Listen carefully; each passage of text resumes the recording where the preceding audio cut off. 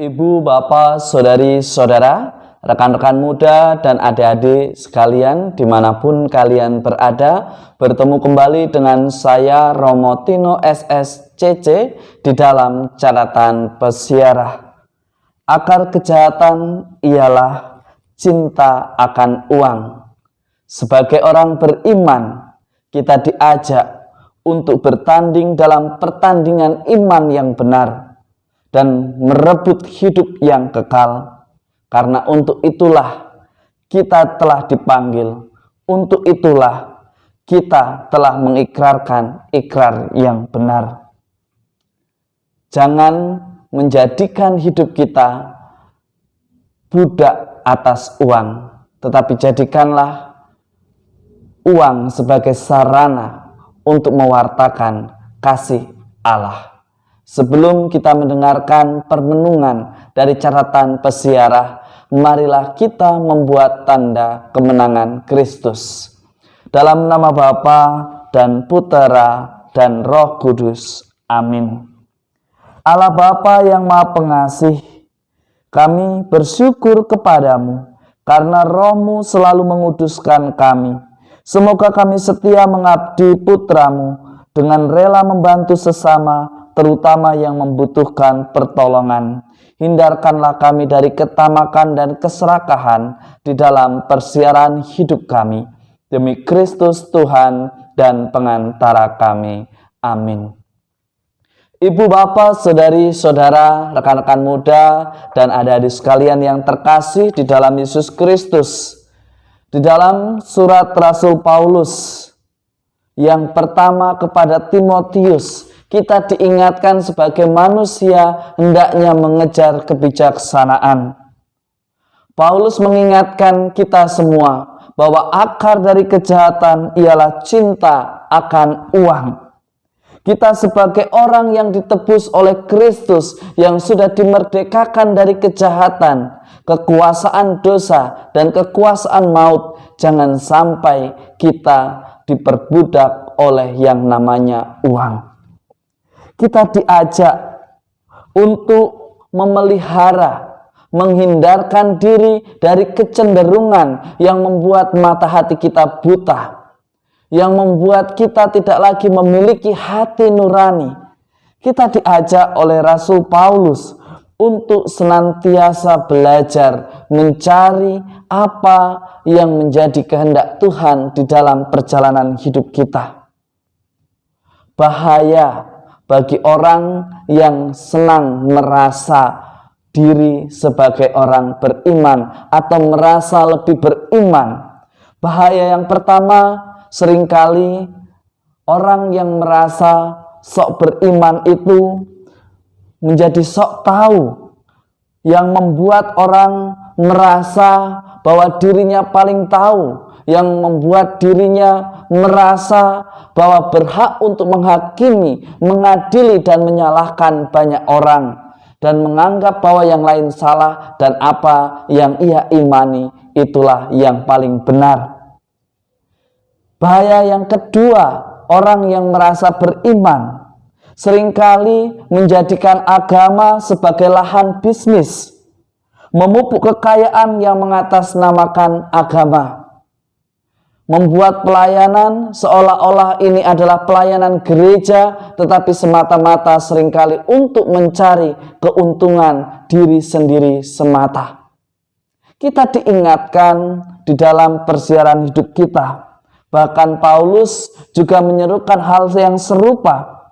Ia menyerukan supaya kita sebagai orang yang mengaku diri mengenal Kristus, Anda dan saya serta kita semua yang mengaku diri sebagai murid Kristus, kita diajak untuk mengejar yang namanya keadilan, yang namanya ketakwaan, kesetiaan, cinta kasih, dan juga kelemah lembutan.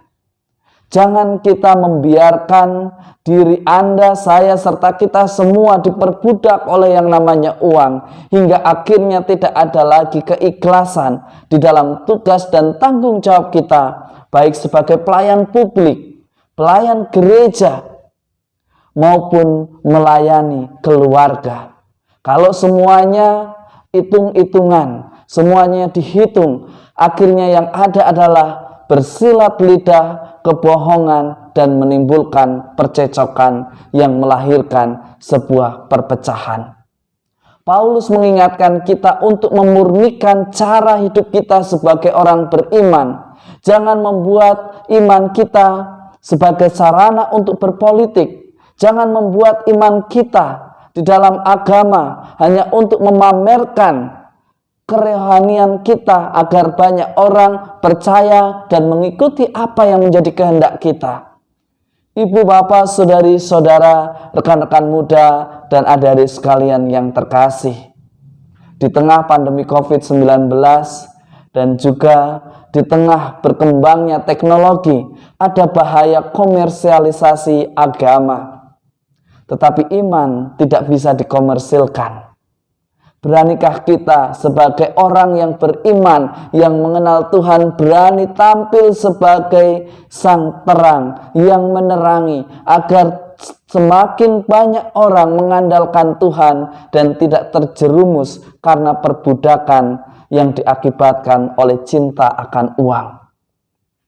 Kita diajak untuk senantiasa bersyukur atas segala kesempatan, keselamatan, dan juga hidup, kesehatan yang masih Tuhan berikan kepada kita. Lihatlah di dalam Injil hari ini. Banyak murid menyertai Yesus karena perjumpaannya, karena kehidupannya yang membawa perubahan pada kebaikan.